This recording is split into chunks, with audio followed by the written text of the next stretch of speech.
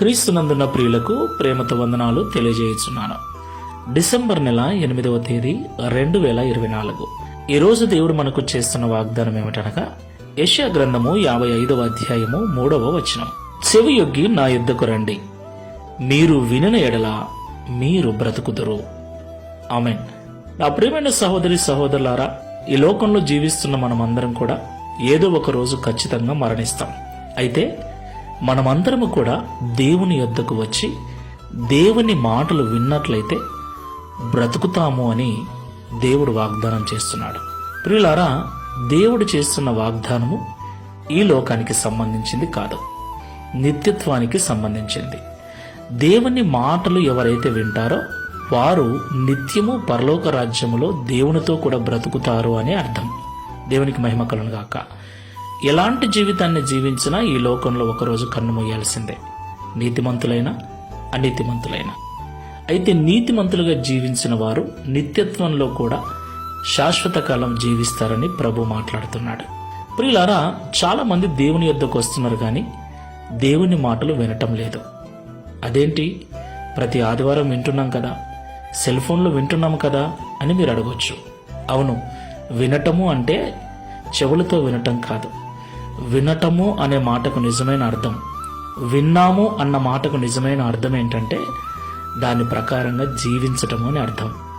దేవుని యొద్దకు రావటం, దేవుని మాటలు వినటము అంటే దేవుని మాటల ప్రకారంగా జీవించటం అని. ఈ లోకంలో ఎవరైతే దేవుని మాటల ప్రకారంగా జీవిస్తారో వారే నిత్యత్వంలో క్రీస్తుతో కూడా జీవిస్తారు. దేవునికి మహిమ కలుగును గాక.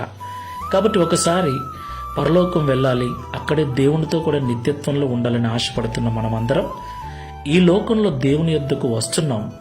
మరి దేవుని మాటలు వింటున్నామా? అదేనండి, దేవుని మాటల ప్రకారంగా జీవిస్తున్నామా లేదా ఒకసారి పరిశీలన చేసుకుని ప్రార్థన చేసుకుందాం. సర్వోన్నతుడా, సర్వశక్తిమంతుడా, సర్వాధికారి, నీకు వందనాలు చెల్లిస్తున్నాం. ఈ ఉదయకాల సమయంలో మాతో మాట్లాడిన ప్రతి మాటను బట్టి స్తోత్రాలనైనా.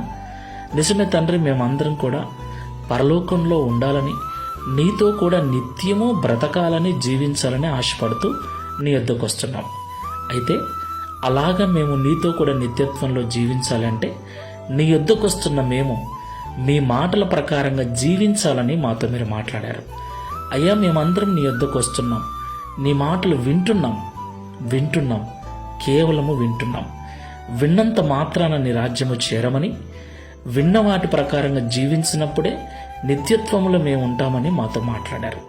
ఈ ప్రార్థనలో ఏకీభవిస్తున్న మేమందరం కూడా నీ యొద్దకు వస్తూ నీ మాటలు వింటూ విన్న మాటల ప్రకారంగా జీవించే కృపను అనుగ్రహించమని, తద్వారా ఈ లోకం విడిచిన తర్వాత నీతో కూడా పరలోకంలో నిత్యత్వములో ఉండుటకు సహాయం చేయమని, ఈ దిన వాగ్దానమును మా అందరి జీవితంలో నెరవేర్చి మీ నామమును మహిమపరచుకునమని యేసుక్రీస్తు వారి నామములో ప్రార్థిస్తున్నాము తండ్రి.